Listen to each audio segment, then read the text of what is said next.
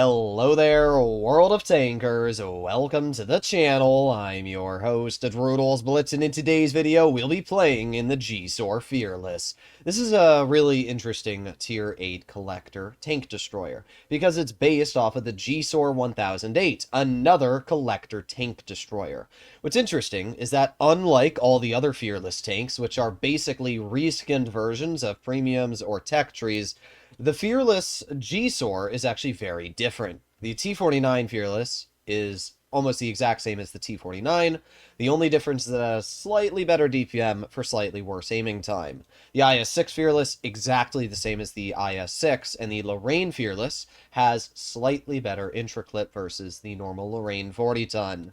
This tank features a single shot, where the G-SOAR 1008 features a double shot. So out of the four Fearless tanks, I would honestly say that this is probably the one you'll want to get your hands on, because it's different enough that you're not actually getting the same tank. I also do actually like the camo. I think it's pretty cool that the ears twitch, and I'm a big fan of the overall design.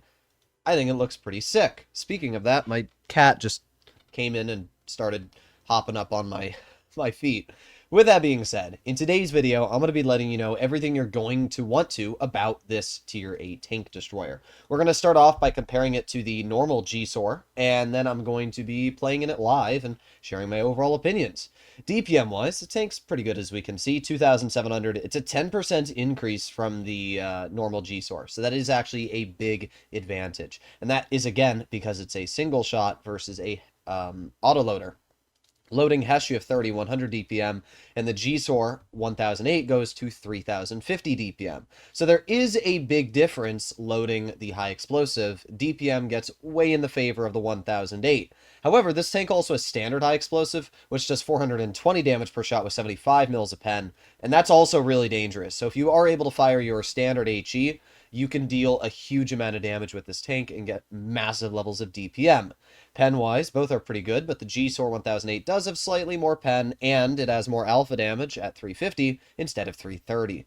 We can see shell velocity is terrible on the Fearless. The standard is 650, and yeah, the high explosive doesn't get any better at 650 either, where the G-SOAR 1008 actually gains shell velocity when loading into high explosive, so that's a big downside for the Fearless. The shell velocity is really bad. And you might say, oh, well, why aren't you using enhanced gun lane drive versus supercharger? Supercharger, I've tried it. The problem is the on-movement dispersion values of the Fearless are the worst things you've ever seen. Look at this, 0.372. That's Caliban levels of on-move. So even though the aiming time is about the same as the 1008, the dispersion on this tank is freaking atrocious on moves. So you have to sit and wait for it to aim in before you have the shot. So because of that, running enhanced gun laying drive is definitely the better option. Apart from that, same gun depression, same gun elevation. Mobility-wise, the G-SOAR Fearless is quite a bit worse. It not only reverses slower, but also has a slower top speed by about 10%. And we can also see it's got a 15% worse effective power-to-weight ratio on medium terrain. So in general, it is definitely a slower vehicle in that regard, but it turns faster. So it's kind of weird how Wargaming decided to balance this tank. It is completely different to the double-shot G-SOAR 1008. Now, if you were to ask me which of these two vehicles I could probably do better in, I'd go with the 1008. The reason why is because you have two 440 alpha shots. That is 880 potential damage in 2.5 seconds. That is half of a Tier 8 heavy tank. Boom. Just like that.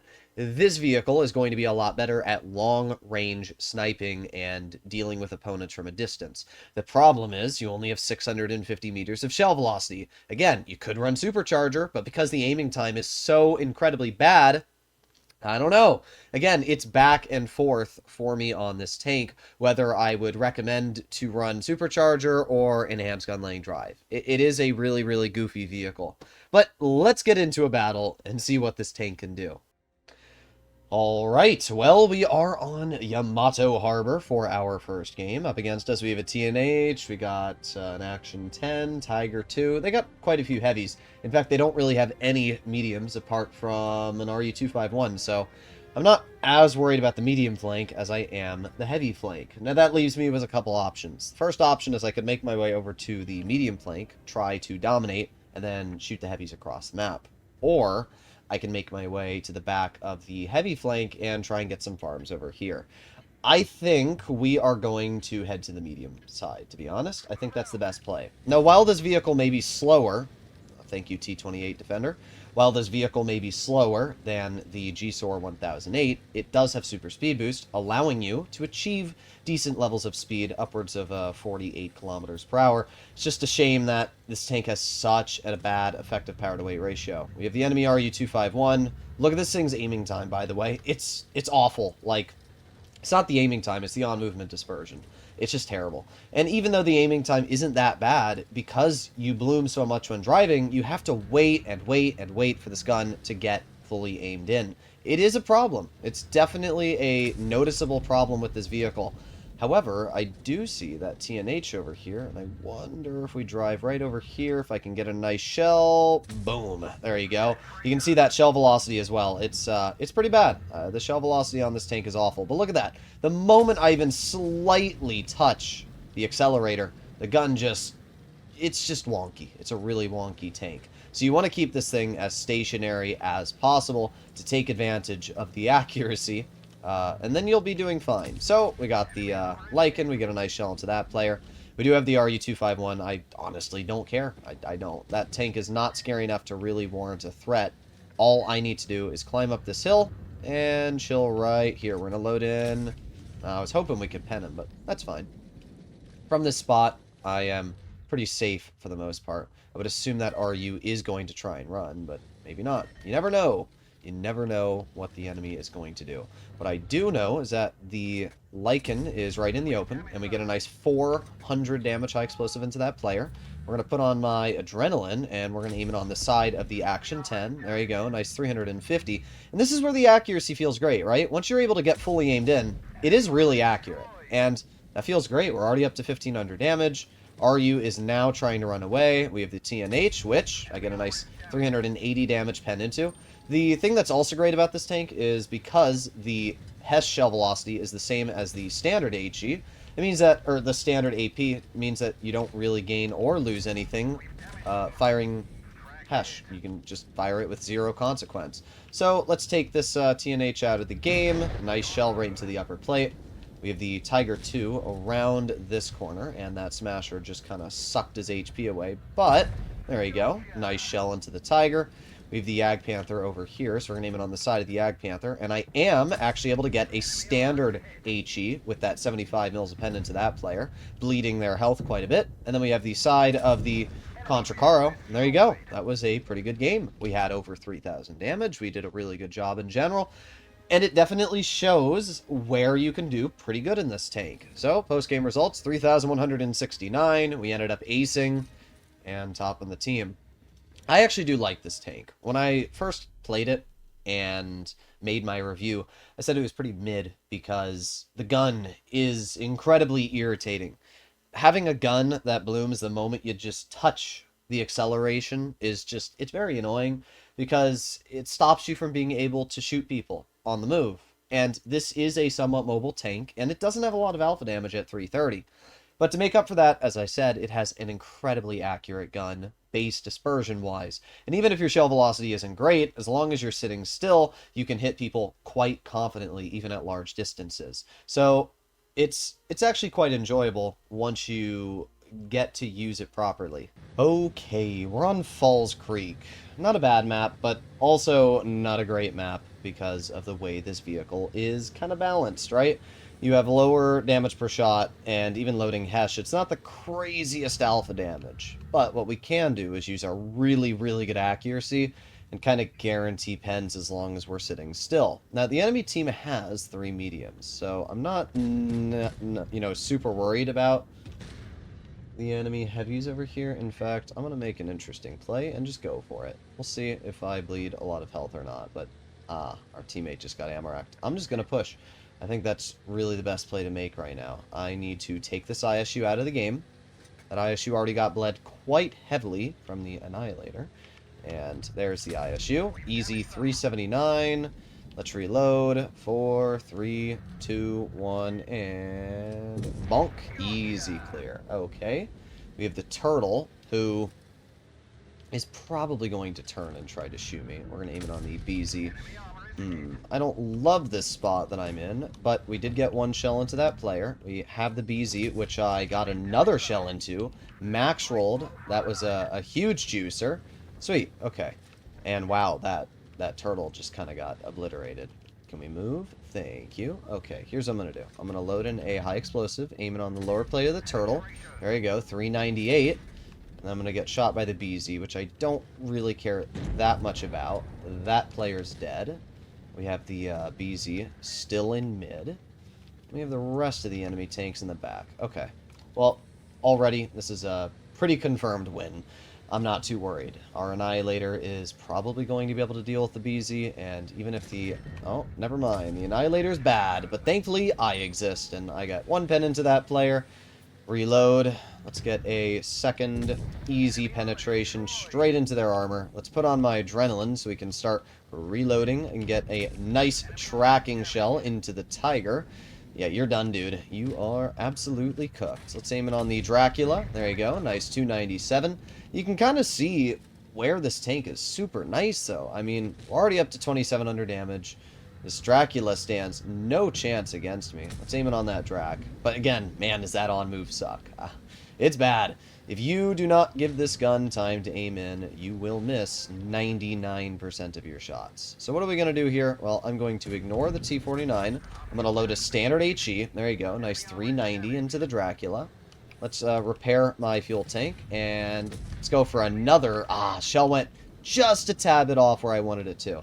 But that's fine. SU is going to aim in on the Drac. We are going to aim in on the Drac, and we slammed that HE perfectly where I wanted it to go. But it didn't matter, because I think the SU penned him right before. Either way, pretty good game. We ended up dealing over 3,300 damage. Obviously, we finished top on the team, and look at that, another ace for this tank. There you have it.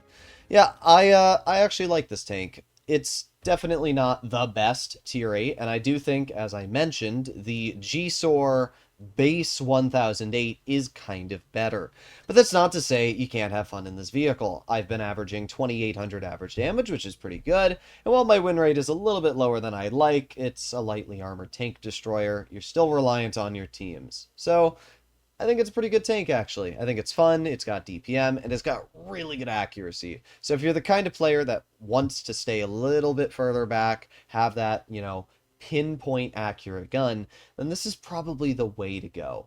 But if you're going to play aggressive, maybe don't go for this tank. You can definitely play aggressive, but it's not going to be the best option, right? That's the best way to describe it. I think one last battle in the GSOR Fearless to really illustrate this is this game on Rockfield here. This was a great game, and it was such a chill one as well, because all I did was camp, and I used the accuracy to farm the enemy. So we can see in the beginning of this game, I'm chilling in the bush overlooking C, but as soon as I see 3 tanks get spotted over on A side, obviously I'm not going to continue waiting here. So I'm going to push up, and now I'm going to be able to try and deal some damage. Now, this game set, I'm pretty sure I was running Supercharger just to get a feel for it. And you'll definitely notice with Supercharger, those shells are traveling faster. And if you're sitting still, it's not a huge difference on the aiming time, but look at that accuracy. 2 confirmed shells into that Black Prince, we aim it again, and boom. All 3 shells go right where I want, into that Black Prince, giving me 750 damage. Now we have the side of the Ag Panther, boom. Nice high explosive, 340 damage. Not a crazy roll, but I've already dealt 1,100 at this point.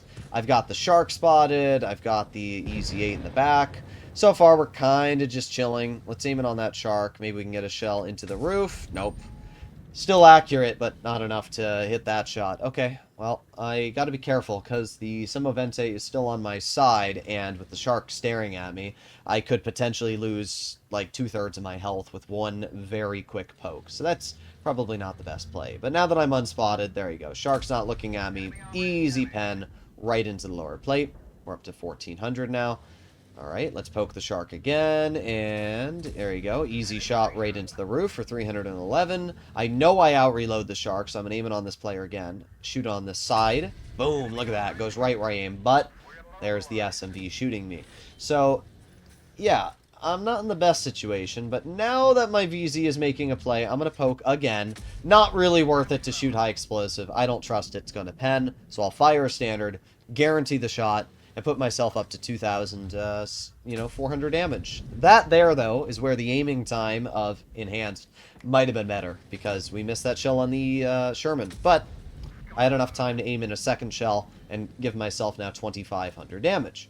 We have the Contra Cara, which I'm going to aim in on the lower plate of, and look at that. Boom, easy shot right into the lower plate. We're now up to 2,900 damage dealt. I'm going to aim in again on this player. Boom, right into the roof. The accuracy on this thing is crazy. I mean, if you're able to fully aim in this gun, it kind of chunks. I mean, this was a great game. 3,100 damage, we got 3 kills, and we're not going to get any more, but still, this was a really, really solid result. And if we take a look at the game here, we didn't ace it or anything, but still had a lot of fun. I would give this tank a solid 8 out of 10. I don't think it's anything crazy. I think that the on-movement dispersion definitely makes it tricky. But if you know what you're doing, you can actually have a lot of fun in it. Let me know what you guys think in the comments. And if you'd like to see more content like this, make sure to smash that subscribe button down below. I'll see you all in the next one. Bye-bye.